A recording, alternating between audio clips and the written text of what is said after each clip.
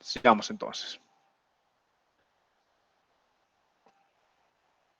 Aquí nos dice que hay una diferencia entre el flujo a conducto y el flujo en un canal abierto. En el flujo en un conducto cerrado, el agua se elevará en un tubo piezométrico hasta el nivel donde éste defina la línea de gradiente hidráulica asociada a la presión hidráulica en el conducto. De otro modo, en el flujo en un canal abierto, la superficie del agua es la línea gradiente hidráulica. Creo que esa es la parte más importante que tiene que recalcarse, que es lo que les comentaba y les decía que es lo que une estas dos hidráulicas, ¿no? Saber que la superficie del agua, o sea, la superficie del agua es exactamente la misma que la línea del gradiente hidráulico. La superficie del agua es exactamente la misma la línea del gradiente hidráulico o la línea piezométrica.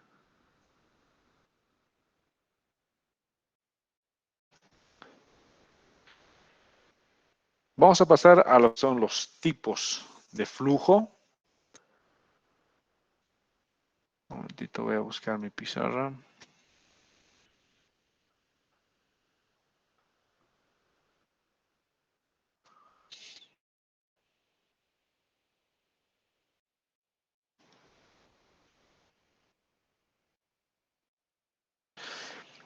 Este acápite de tipos de flujo, lo que vamos a ver es que existen dos tipos de secciones transversales en un canal. Primero, todas las que son las secciones prismáticas y todas las que son secciones no prismáticas. A lo que nos referimos con secciones prismáticas es secciones las cuales tengan una geometría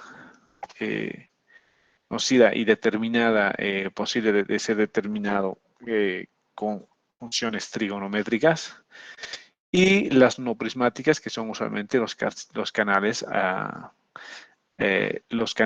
naturales, ¿no? Donde tenemos lechos y secciones naturales. Entonces, como aquí dice, los canales artificiales, o sea, todos los construidos por el hombre, canales de riego, canales de toma de agua para centrales hidroeléctricas, todos los canales son por lo general prismáticos. ¿Por qué? Porque han sido intervenidos, han sido hechos por el hombre y usualmente buscan la posible mejor sección para poder transportar ese flujo, que tienen forma, tamaño constantes a lo largo de gran parte de la longitud de ese canal. Por el contrario, los canales naturales son no prismáticos. ¿Por qué? Bueno, la naturaleza los ha formado, todo lo que son ríos, arroyos, quebradas. Entonces, la forma y tamaño de estas secciones va a variar de tramo a tramo, longitudinalmente en cada uno de los canales, ¿no? A estos canales artificiales se los conoce usualmente como canales. Entonces, de aquí en adelante, cada que nos refiramos a canales, es porque nos estamos refiriendo a canales artificiales, que son estos los construidos. Los otros casos los vamos a llamar directamente os ríos o quebradas o rechos. Entonces, de principio, vamos a tomar de aquí en adelante en el libro de Ponce la palabra canales para referirnos a canales artificiales. Hay propiedades geométricas hidráulicas que describen cada uno de los canales. Aquí tenemos un canal, por ejemplo, que es un canal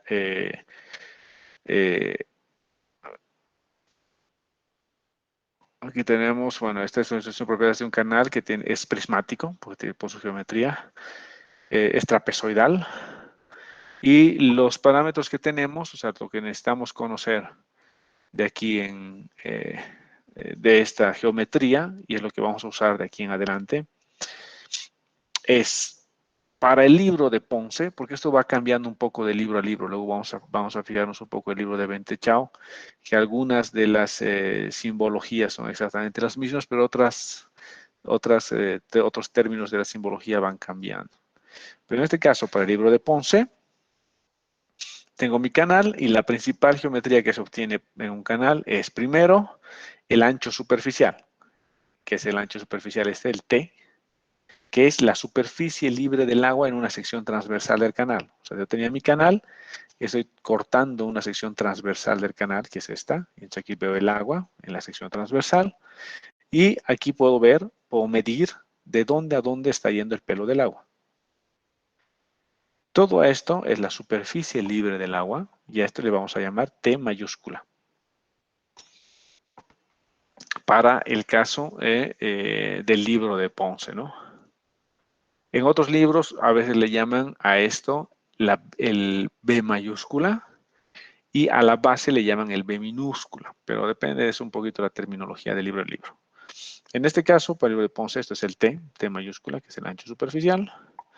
Segundo término importante que podemos calcular en un canal es el perímetro mojado. El perímetro mojado es este P, que aparece aquí, que no es nada más que sumar la longitud de toda la parte del canal que entra en contacto con el agua. O sea, ¿desde dónde entra en contacto con el agua? Desde acá, toda esta superficie del canal, del lecho del canal, que entra en contacto con el agua. A toda esta longitud le vamos a llamar P, que es perímetro mojado. La siguiente parte de la geometría que nos interesa es el área mojada. El área mojada no es nada más que el área que si hago este corte transversal y veo qué es lo que está en contacto con el agua en este corte transversal, sería esta área. Todo lo que está en contacto con el agua en un corte transversal. A esta área le vamos a llamar el área mojada. Y geométricamente es fácil calcularla, esta área mojada, si yo tuviera una sección rectangular, es solamente base por altura, en una sección trapezoidal, aplico un poquito aquí triángulos y tengo también la ecuación para encontrar el área de esta sección transversal, esta área. Y lo que ya tengo hasta aquí es el perímetro mojado, el área mojada, el ancho superficial y me falta la base. Esta base es parte del perímetro mojado, pero únicamente el que estaría en contacto con la base, o sea, con una referencia horizontal. Entonces, yo tengo referencia horizontal acá abajo y todo lo que está en contacto con esa referencia horizontal abajo va a ser la base. Entonces, en un caso de un canal rectangular, seguramente la base va a ser únicamente esta. En un canal trapezoidal, lo mismo, la base es esta que está aquí abajo. Estos son son los lados, son los bancos laterales, no son. Y la base se considera únicamente esta, la porción que es horizontal. Entonces ya tengo ancho superficial, base, tengo el perímetro mojado, el área mojada. Lo siguiente que puedo medir en una sección de un canal es el tirante o la profundidad o calado, que ese es el D minúscula. Este D minúscula es la profundidad o el tirante. Usualmente esta se la mide respecto al punto más bajo de la sección.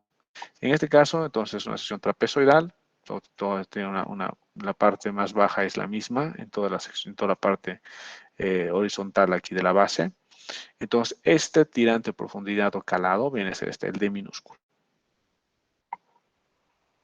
Entonces, son todos los parámetros que yo puedo ir midiendo en una sección. El T lo mido, la base la mido, el perímetro mojado lo mido, el área mojada lo puedo calcular y este D, que es la profundidad del tirante, también lo mido, ¿no? Esa profundidad. Ahora ya vienen los parámetros que puedo ir calculando. Los parámetros que puedo ir calculando empiezan con lo que es la profundidad hidráulica, este D mayúscula. El D mayúscula, que es la profundidad hidráulica, este D, va a ser igual al área mojada dividido entre el ancho superficial. Entonces, yo tengo esta área, la voy a dividir entre el ancho superficial T y ese valor que me va a dar en unidades lineales, porque el área es metro cuadrado y el ancho superficial T es en metro. Entonces, esta profundidad hidráulica me va a dar en metro. Esta profundidad hidráulica de unidades de longitud va a ser lo que decíamos la profundidad hidráulica. Que más o menos para un entender, si alguien dice, ¿y qué realmente puede ser la profundidad hidráulica? ¿Qué buscamos en calcular esta profundidad hidráulica?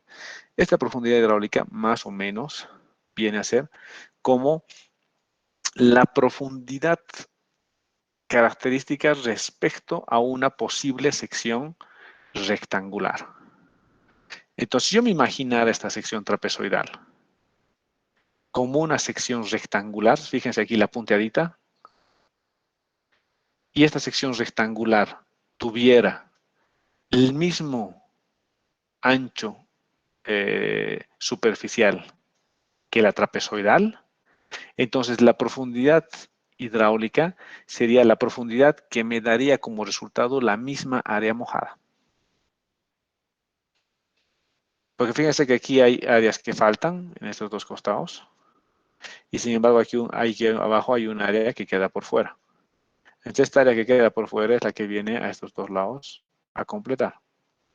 Entonces, no es nada más que eso, ¿no? Es esta relación para encontrar esta altura representativa respecto a una sección imaginaria rectangular de la sección que estoy trabajando.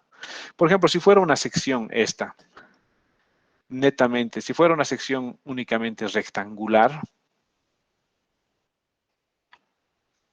entonces la profundidad hidráulica se hace igual a el tirante o la profundidad del canal. ¿Por qué? Porque son rectangulares. Entonces, ¿por qué? El área va a ser base por altura dividido entre el ancho superficial, que es lo mismo que la base.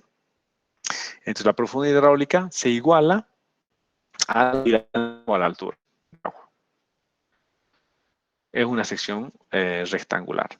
En la medida que las secciones van cambiando, siendo secciones prismáticas o no prismáticas, entonces lo que voy a encontrar es eso con la profundidad hidráulica. Es como una profundidad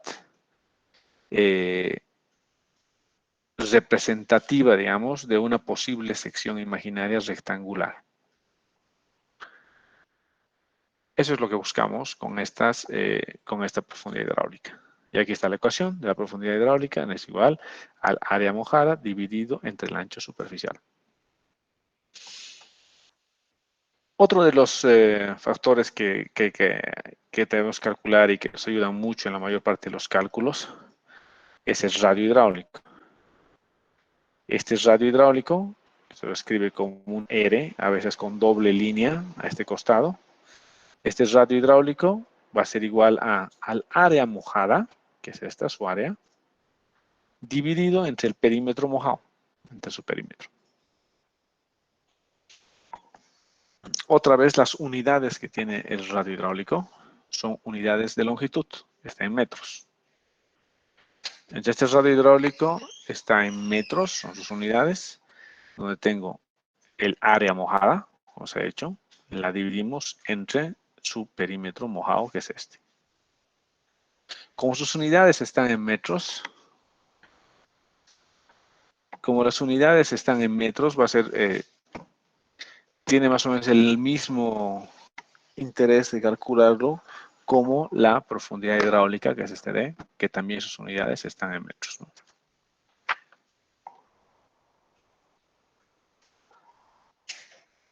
Esos dos. Esto de la profundidad, digo, del radio hidráulico, ustedes también lo han calculado. Cuando ustedes calculaban en las secciones circulares en hidráulica 1, para aplicar las ecuaciones de Darcy-Weisbach, las ecuaciones de pérdida de flujo, muchas de esas ecuaciones de pérdida de flujo estaban en función al radio hidráulico. Entonces, el radio hidráulico que ustedes calculaban era constante. En todo lo que es hidráulica 1, el radio hidráulico es constante. ¿Por qué? Porque como es flujo a superficie libre, digo, como es flujo a presión, siempre está lleno la tubería, siempre está llena de agua, ¿no?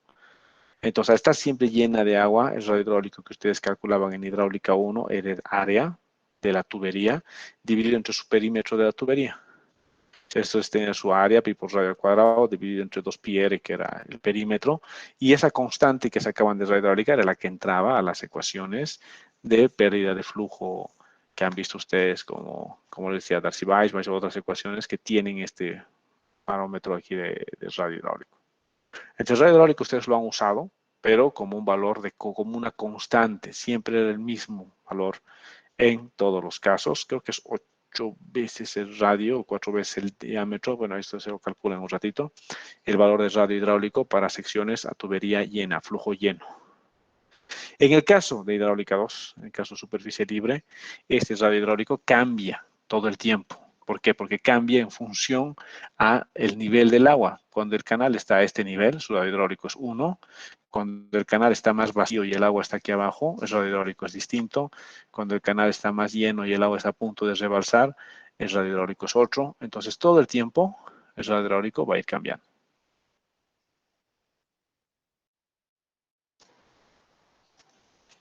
¿Alguien tiene alguna consulta hasta aquí de todo lo que estamos viendo, lo que es geometría de canales? Inge, ¿y cuál sería su interpretación? Ay, perdón, y su interpretación del radio hidráulico.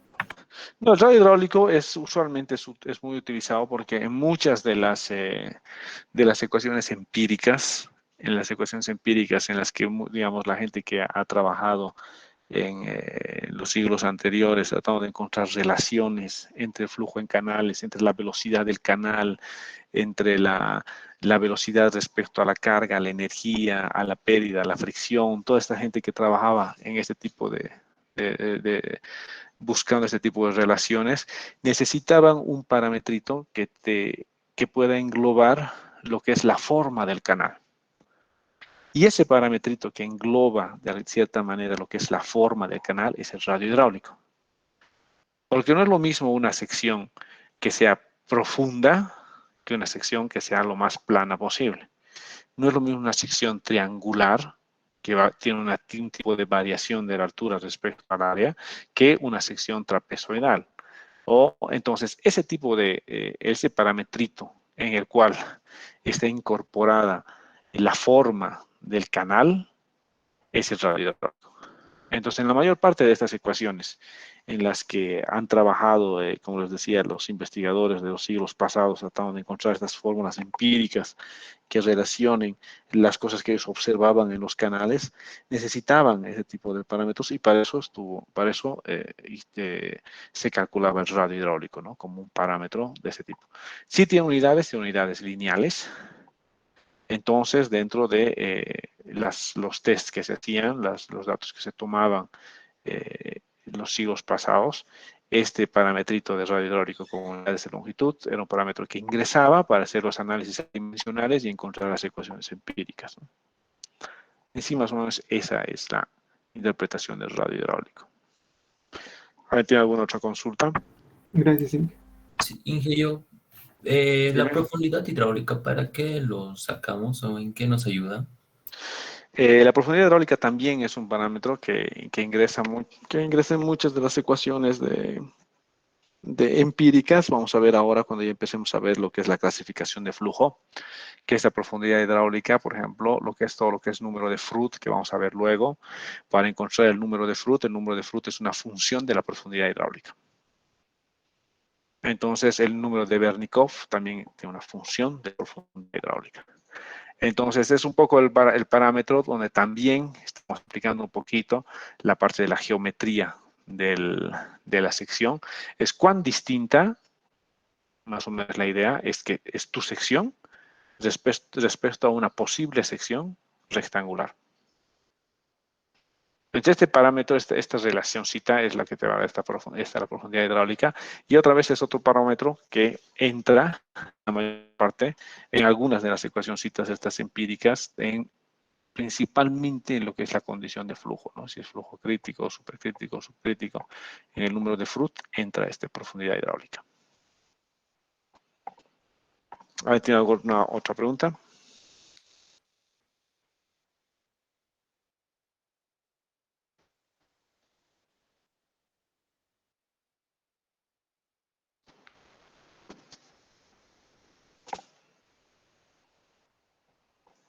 Ya, sigamos. Entonces, estos son los parámetros que de por sí son los que nos interesan, que sería radio hidráulico, profundidad hidráulica, que son los primeros. El caudal se lo calcula igual que el caudal, que la ecuación de caudal que ustedes han manejado en hidráulica 1, que es la de velocidad por área, la velocidad promedio de la sección transversal multiplicada por su área nos va a dar el caudal que está transportando. Entonces, caudal va a seguir siendo velocidad por área, que es esta, y la altura total o elevación a la superficie libre está dada por este y, va a ser igual al z más el d. Entonces, z respecto del datum, esta altura o elevación de la superficie libre es este y. Entonces, es otra cosa que también es importantísimo tener esta diferencia que existe entre lo que es la elevación de la superficie libre o la altura total del agua, la elevación de la superficie libre, respecto a lo que es el tirante o la profundidad de agua. La profundidad de agua o el tirante es respecto al lecho, al fondo, al punto más bajo. Y la altura total o la elevación del agua es respecto a un datum. Entonces, en los canales, en todos los canales, en todos los ríos donde se hace monitoreo, siempre van a existir ambos tipos de información. Va a haber siempre un tirante o una profundidad que está respecto al punto más bajo, que esto es relativo, ¿no? ¿Por qué? Porque si es una sección, un canal artificial como este, entonces difícilmente el punto más bajo se va a ir moviendo porque esta está de concreto, entonces tendría que pasar a algo, un proceso de socavación muy fuerte o un evento extremo que destroce la sección. ¿Para qué? Para que este tirante, para que esta profundidad cambie, ¿no? O sea, para que cambie el lecho, porque finalmente es un canal artificial de concreto. Entonces no va a cambiar. Pero sin embargo, en un canal, vamos a llevar este aquí. A ver. Sin embargo, en un canal que sea más del tipo artificial, voy a usar acá arriba.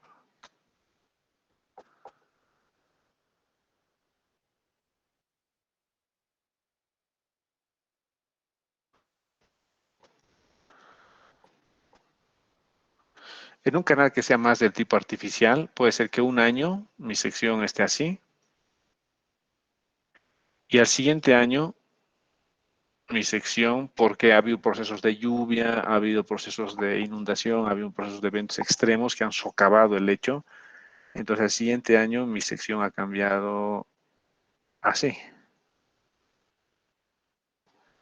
Entonces, un año, cuando yo medía, supongamos que el agua está aquí, cuando yo medía la profundidad o el tirante, mi tirante era este.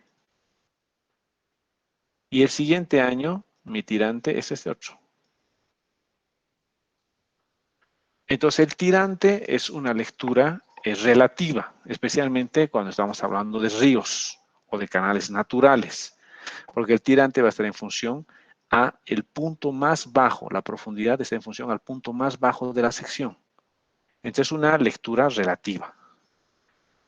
Yo voy al campo, hago un aforo en un río determinado, voy a ir a medir el caudal de un río, voy a sacar las profundidades y el lugar donde sea la profundidad mayor, ese es mi tirante. Como les he dicho, de año a año o de evento a evento puede cambiar la sección del río. Entonces los tirantes son relativos, o sea, están respecto al punto más bajo. Sin embargo, los niveles de agua se miden respecto a un datum. Entonces, si yo tuviera aquí un datum, o sea, yo que sé, un 0 aquí abajo, este 0 puede ser los metros sobre el nivel del mar, puede ser el 0 del datum, entonces puedo medir yo, puedo poner aquí un BM o puedo poner una regla acá, y esta mi reglita puede estar georreferenciada a este datum. Entonces, las alturas que voy a medir aquí van a estar en metros sobre el nivel del mar. Y a esto es a lo que lo voy a llamar elevación del agua.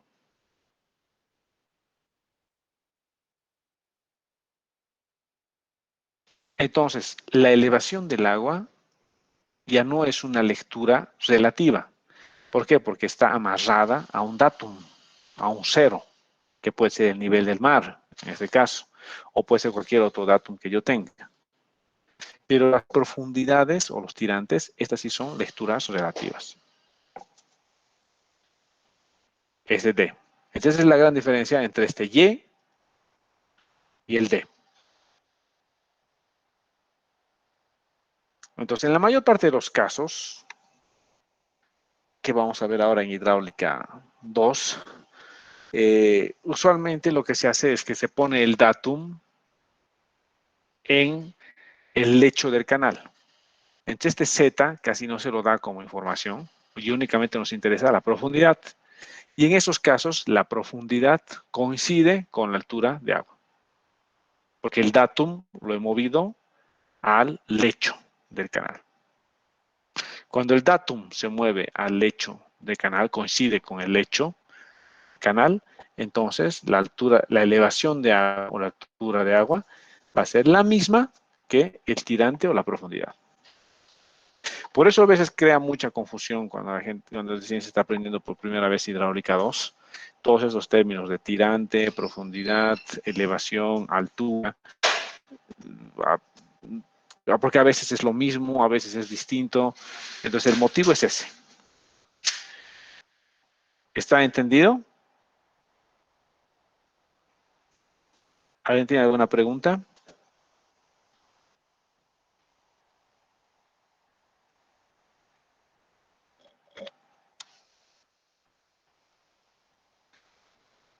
¿Está claro?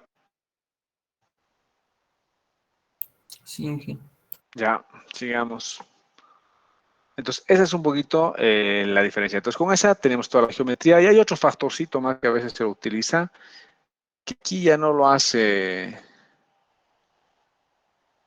ya no lo calcula el Ponce, porque ya es un factor que ya no se utiliza mucho, pero en el libro de Bentechao está, que es el factor Z de sección, que ya no está aquí porque ese se utilizaba antes, porque muchos de los cálculos hidráulicos se los hacían en abacos, entonces eso entraba esa información dentro de los abacos, pero ahora actualmente ya no se lo calcula, entonces el Ponce aquí ya no lo pone en su libro.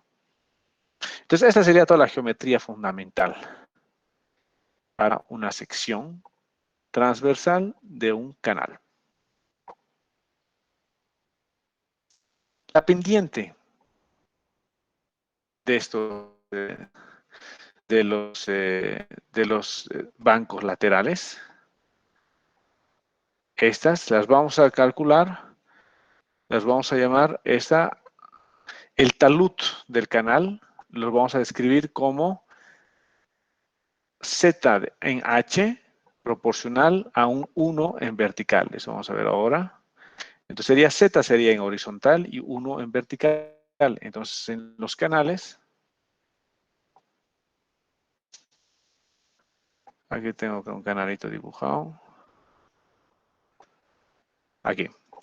Entonces lo que estamos hablando del Z, el Z es el valor que nos va a dar el ángulo de los taludes. Este ángulo de los taludes va a ser, como decía, una unidad en vertical respecto a cuánto en horizontal. Ese es el Z. Por ejemplo, si fuera un canal que tuviera 45 grados de ángulo en los taludes, ¿cuánto tendría que ser Z? A ver, pónganme ahí en el chat. Si fuera un canal donde este alfa, que es el grado de inclinación de los taludes, fuera de 45 grados, entonces el valor Z, exacto, el Z sería 1. Con un ángulo de 45 grados, el Z sería 1.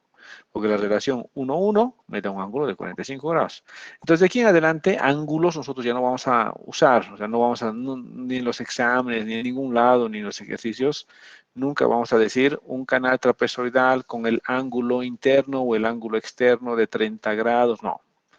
Directamente vamos a dar el valor de Z, que es este Z minúscula, es la pendiente de los taludes. Si yo les voy a decir un canal trapezoidal con un Z de 1. Ya sabemos que es un canal con un ángulo de 45 grados. Entonces, este Z es el que vamos a manejar, que es el talud, el ángulo del talud de los bancos laterales.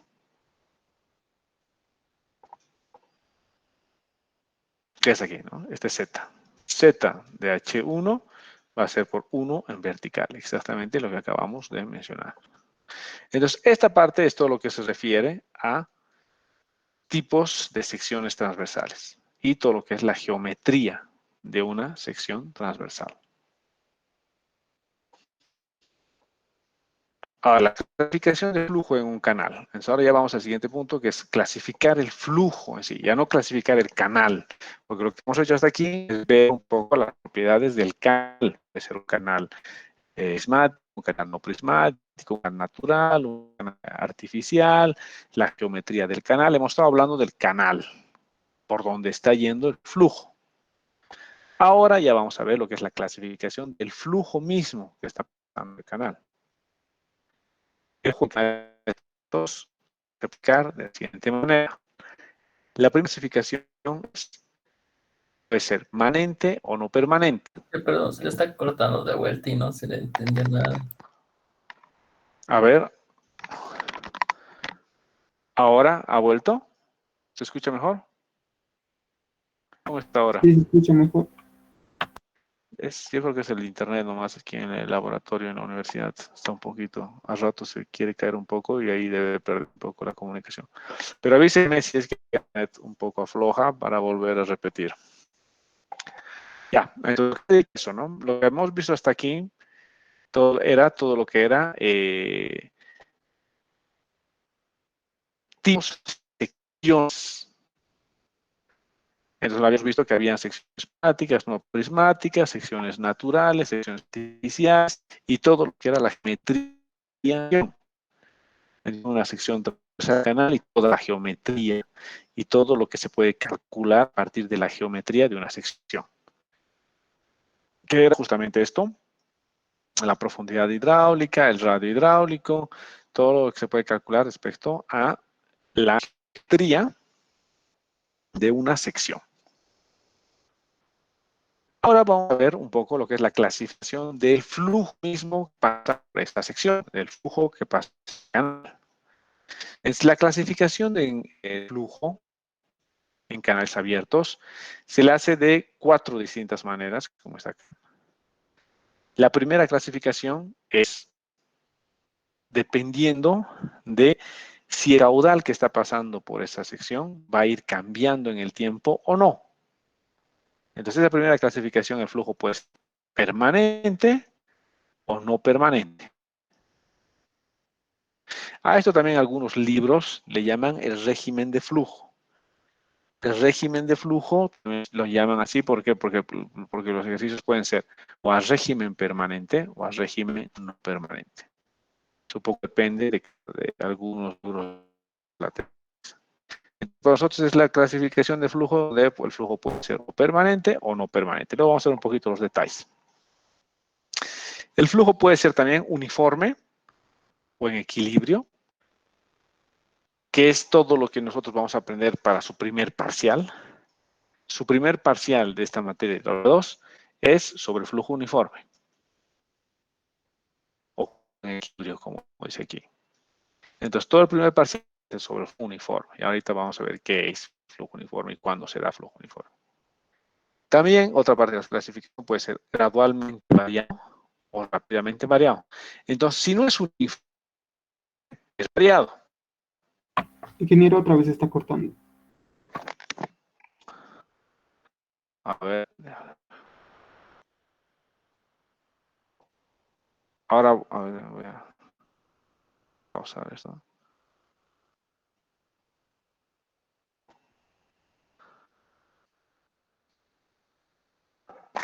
Ahora. ¿Mejoró un poco?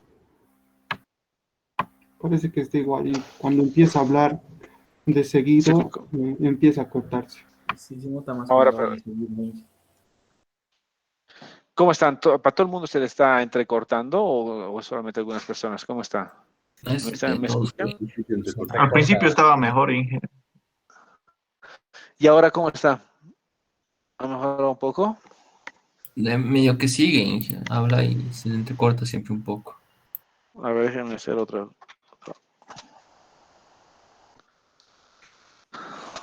Hacer una cosa, un momento.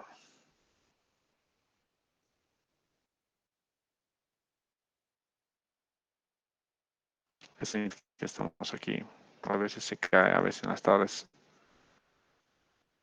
Voy a pasar a otro tipo de internet. A ver, ¿qué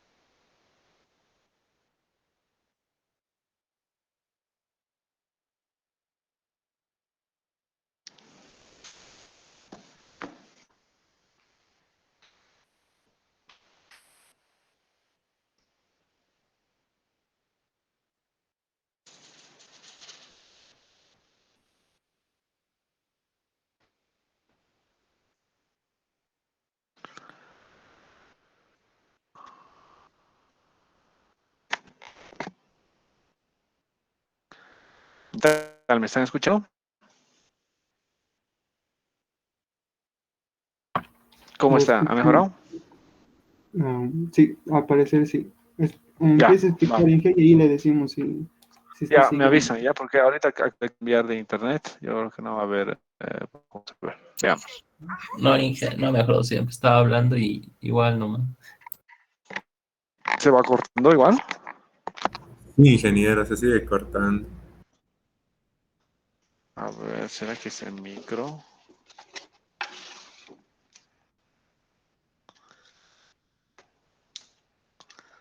Vamos a hacer una última medida. Espérenme un cachito, por favor.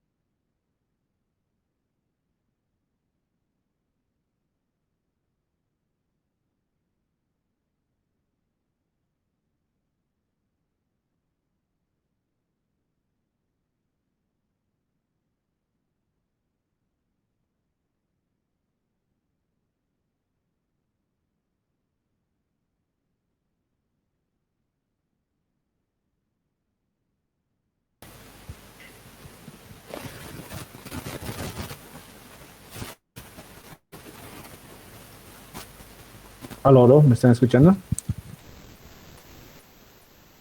Escucho. ¿Mejora el audio? Sí, que se escucha. Ya, a ver, vamos a ver. No sé qué raro se ve ahí. Vamos a compartir otra vez.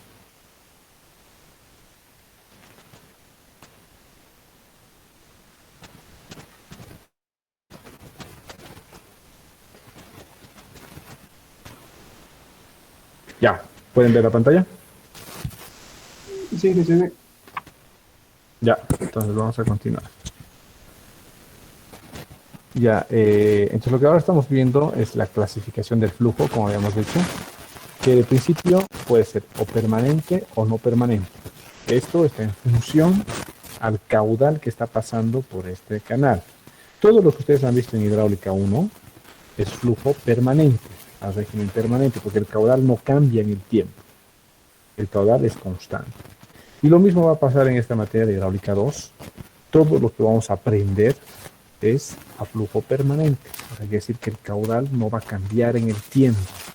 Sí puede cambiar el caudal en posición, dependiendo si hay extracciones de agua, hay incrementos de agua, puede cambiar en posición, pero no en el tiempo. En el tiempo el caudal es siempre el mismo.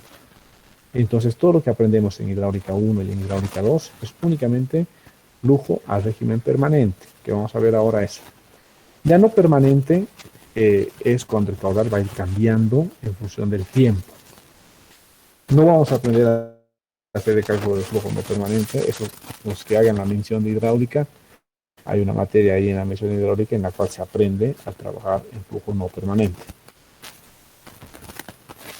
Ahora, el flujo también puede clasificarse en uniforme o en variado. El uniforme también se lo conoce como en equilibrio. Y la otra alternativa es o el flujo es uniforme o el flujo es variado. Flujo uniforme es todo lo que ustedes van a aprender, todo lo que vamos a aprender para lo que es su primer parcial. Su primer parcial es el flujo uniforme. Todo lo que vamos a aprender es flujo uniforme para su primer parcial. El flujo variado puede ser de dos tipos. Puede ser gradualmente variado o puede ser rápidamente variado. El gradualmente variado es, como dice su nombre, que va variando, se va cambiando su tirante, su altura, gradualmente, lentamente. Y el rápidamente variado es cuando tiene cambios bruscos en la altura, esto usualmente debido a la presencia de algún salto hidráulico, algún resalto hidráulico, alguna caída, algún tipo de obra hidráulica que hace que este cambio sea brusco. Esos son los rápidamente variados. Su segundo parcial, para la materia de hidráulica 2, va a ser de flujo gradualmente variado. Para todo lo que es el segundo parcial, todo lo que vamos a aprender en la segunda parte del semestre, va a ser flujo gradualmente variado. Vamos a aprender a calcular este flujo gradualmente variado. Entonces, de eso se trata todo lo que es la materia de hidráulica 2. Primer parcial, flujo uniforme. Segundo parcial, flujo gradualmente variado. Todo en condiciones de régimen permanente. Y hay otra clasificación que es espacialmente variado. Eso quiere decir que va a variar. Primero va a ser gradualmente variado porque va a variar en una sola longitudinalmente y quiere decir que va a tener una variación espacial más. O sea, en diferentes lugares de la ubicación va a tener distinto tipo, va a tener una variación. Entonces aquí vemos, por ejemplo, el flujo es permanente cuando las principales variables hidráulicas, como son el flujo, el área, la velocidad, la profundidad, no varían en el tiempo.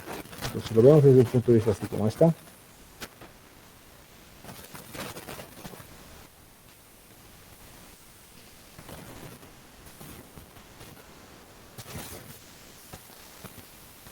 A lo que nos referimos es a esto. Yo tengo un canalito donde en un solo punto, me voy a dar un puntito, el punto 1, que es aquí. Supongamos que todas estas lecturas están siendo más o menos en el mismo lugar. Solo que no las voy a escribir en el mismo sitio porque se va a sobreescribir todo y no vamos a entender nada. Pero todas estas lecturas están en el mismo lugar, en este sitio 1. En un determinado momento mido la profundidad, y es este Y1. En el momento 1, en el instante 1.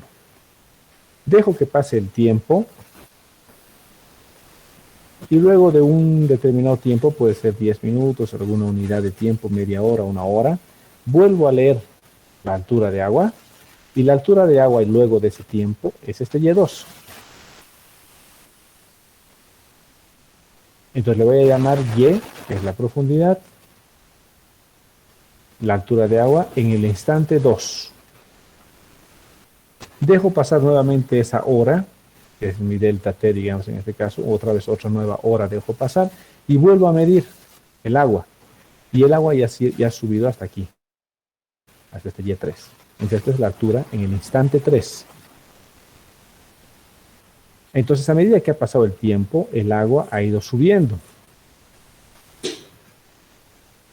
Entonces, el cambio de la altura respecto del tiempo va a ser igual a 0 o distinto de 0, en el caso que ha ido cambiando. ¿Existe un cambio de la altura respecto del tiempo en lo que acabo de dibujar aquí arriba? A ver, póngame en el chat. Sí, Exacto, existe un cambio. Entonces, si existe un cambio, quiere decir que esto es distinto de 0. porque sí existe un cambio. Entonces, cuando el agua en una misma sección va cambiando su altura a medida que pasa el tiempo, estamos hablando de flujo no permanente. ¿Por qué? Porque este cambio es distinto de cero. Entonces es una condición de flujo no permanente. ¿Qué es lo que les decía? Esto es, digamos, lo que realmente sucede en la naturaleza, porque es lo que pasa en la naturaleza. En la naturaleza todos los flujos que se tiene es usualmente no permanente. ¿Por qué? Porque los ríos crecen en función a las lluvias, a las tormentas, los canales de riego en función a las obras de toma, o en función a lo que van soltando las presas, a veces un poco más, a veces un poco menos, arrancan, cierran con puertas. Entonces los flujos casi siempre en la naturaleza son no permanentes. ¿Por qué? Porque todos los flujos funcionan en función a esto, que son los hidrogramas.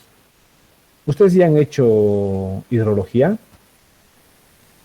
Es del mismo semestre, pero no, hidrología, o es de un semestre más abajo. ¿Me pueden responder eso? De más abajo dije. De un semestre más abajo es hidrología, ¿no? Ya. Entonces, asumo que todos ustedes ya han hecho la materia de hidrología. Entonces, lo que ustedes aprenden en hidrología es a calcular estos hidrogramas. Una parte importante de la hidrología que se aprende, de la hidrología 1, digamos, de la hidrología básica que se aprende en ingeniería civil, es aprender a calcular los hidrogramas de crecida, que son estos hidrogramitas. Entonces, yo aquí tengo en el eje vertical el caudal y en el eje horizontal el tiempo. Entonces, a medida que va pasando el tiempo, el caudal se va incrementando, porque este es un evento de crecida de una tormenta para un periodo de retorno cualquiera. Entonces, ustedes en hidrología lo que aprenden es a calcular este hidrogramita. Este hidrograma que han aprendido a calcular ustedes en hidrología es flujo no permanente.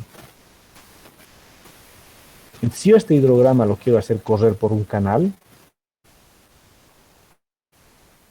lo que voy a tener en este canal es flujo no permanente, porque va a cambiar en función del tiempo. Ahora, si este caudal fuera constante, como esta línea verde, todo el tiempo, el mismo caudal, el mismo caudal, el mismo caudal, aunque no le interesa el tiempo, sigue siendo el mismo caudal, a esta condición la llamamos flujo permanente. Pero como hemos visto en las condiciones reales, en las condiciones de cualquier canal de la naturaleza, de cualquier río, siempre los caudales no son constantes, o sea, no son iguales todo el tiempo, no, van cambiando. Pero nosotros, tanto en la materia de hidráulica 1 como en la materia de hidráulica 2, por temas de simplicidad, es mucho más fácil hacer todos los cálculos a flujo permanente. ¿Por qué? Porque a flujo permanente estamos diciendo que la foto en el instante 1 es esta altura. Pasa una hora, vuelvo a ver el canal, sigue la misma altura. Pasa otra hora, vuelvo a ver en un tiempo 3, sigue la misma altura. Y así todo el tiempo tengo la misma altura, la misma altura. Entonces, el cambio de la altura respecto del tiempo va a ser igual a 0. ¿Por qué? Porque no va a existir un cambio. Siempre va a ser en la misma altura. Siempre va a ser el mismo y. Entonces, al no existir este cambio, esto va a ser igual a 0. La derivada de y respecto al tiempo va a ser 0. Y esa es la condición permanente de flujo, que es lo que ustedes han aprendido en hidráulica 1 y lo que vamos a continuar en hidráulica 2. Flujo a régimen permanente. Que es esta condición. Y esto nos simplifica la vida enormemente, porque cuando resolvemos las ecuaciones de flujo, de dinámica de fluidos, ustedes van a ver que cuando la derivada de y respecto del tiempo se hace 0, nos simplifica la vida terriblemente. Por eso es que en hidráulica 1 e hidráulica 2, como son las materias básicas, aprendemos a hacer todos los cálculos en flujo permanente. Luego ya, como les he dicho, a la gente que haga la mención de hidráulica, en la mención de hidráulica ya hay materias en las que se aprende a hacer el cálculo a flujo no permanente. ¿Por qué? Porque esta derivada ya entra en acción y la matemática se complica. Entonces, como la matemática se complica, esto ustedes van a verlo, los que hagan la mención de hidráulica lo van a ver en 10º semestre. ¿Alguna duda, curiosidad o pregunta respecto a lo que es la clasificación de flujo en función a su variación de altura respecto del tiempo?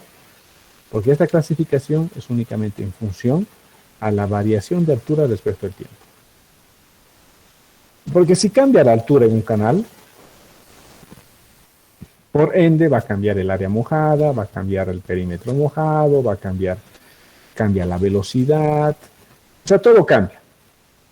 Basta que cambie la altura, todo cambia. Entonces lo mismo pasa en el caso en el que no cambia. Si la altura no va a cambiar, quiere decir que tampoco va a cambiar el área mojada, tampoco va a cambiar el perímetro mojado, tampoco va a cambiar la velocidad.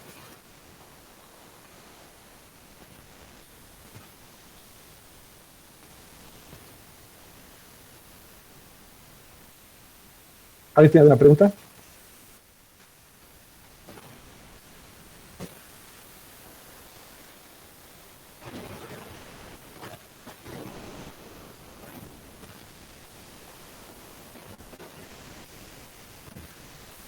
¿Está clara esta subdivisión de flujos? Lo que es flujo permanente y no permanente. Aquí sí lo leemos, lo vamos a leer. El flujo es permanente cuando las variables hidráulicas, como ser el flujo, la profundidad, la velocidad, no varían en el tiempo. Por el contrario, el flujo es no permanente cuando todas estas variables hidráulicas, lo que les he dicho hace rato en el dibujo, van a variar en tiempo y espacio. El flujo permanente es más sencillo de ser calculado. Es por eso que en hidráulica 1 y hidráulica 2 les enseñamos flujo permanente, porque es mucho más sencillo calcular el flujo permanente.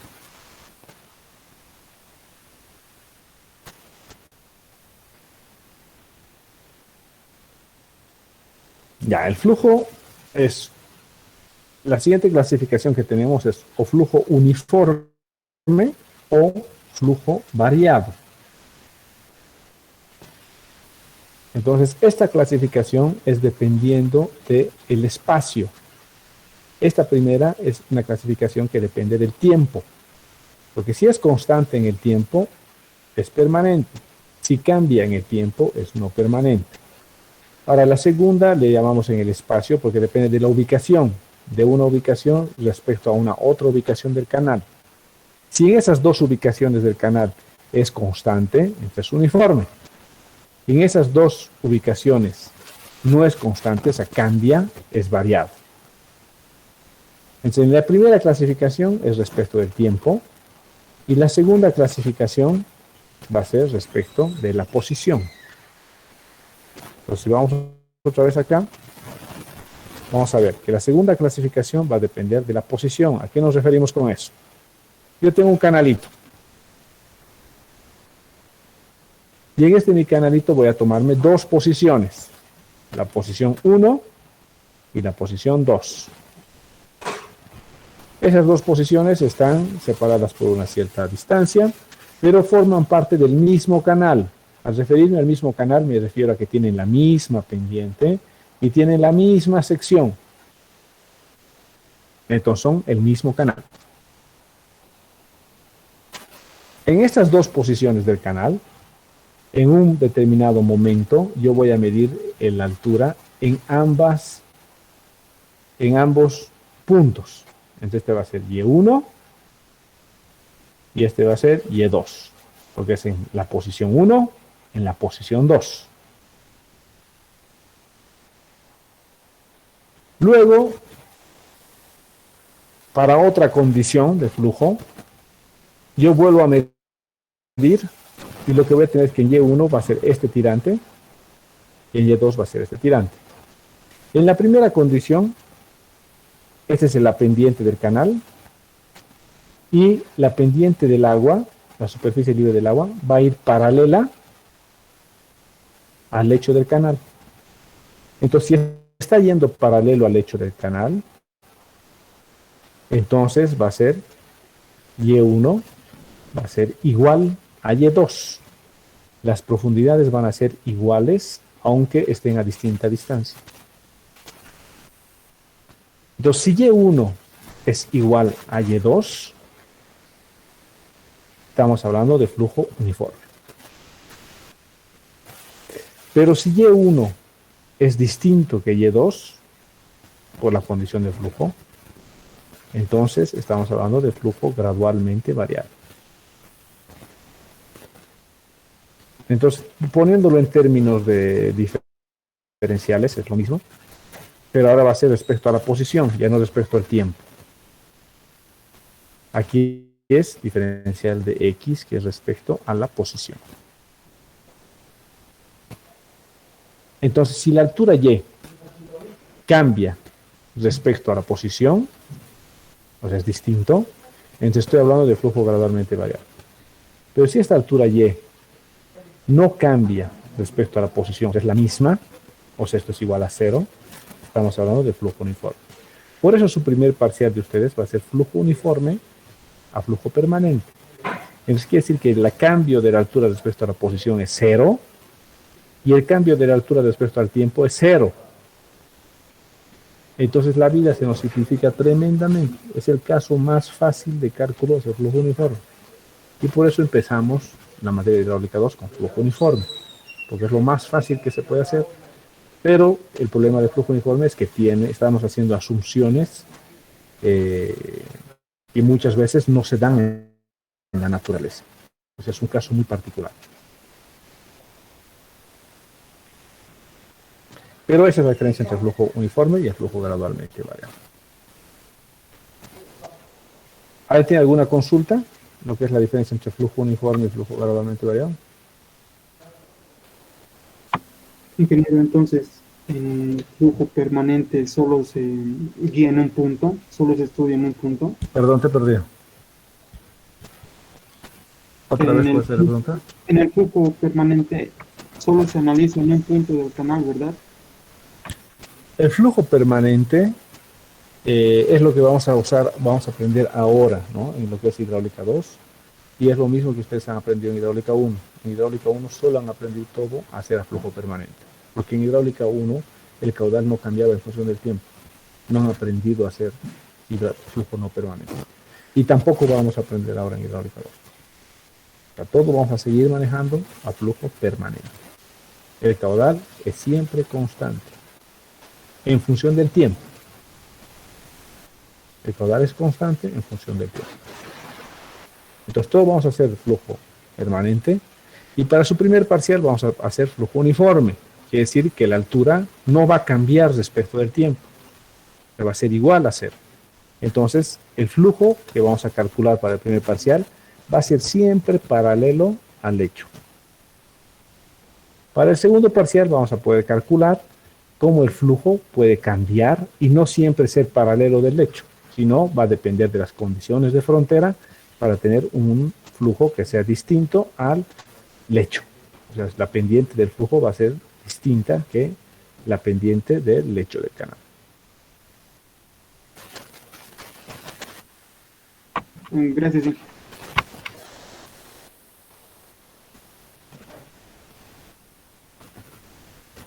Ya, creo que aquí podemos quedar ahora en esta clasificación y a la siguiente clase vamos a continuar con lo que resta de la clasificación de flujo. ¿Alguna pregunta de hoy, lo que hemos visto, la clasificación de canales y la clasificación de flujo?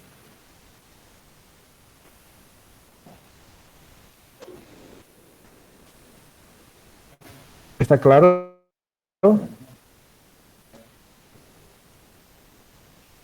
Ingeniero, todo claro. Ya, perfecto. Entonces en eso quedamos y nos vemos la próxima semana directamente. Ahí me pidió alguien el link del grupo de WhatsApp.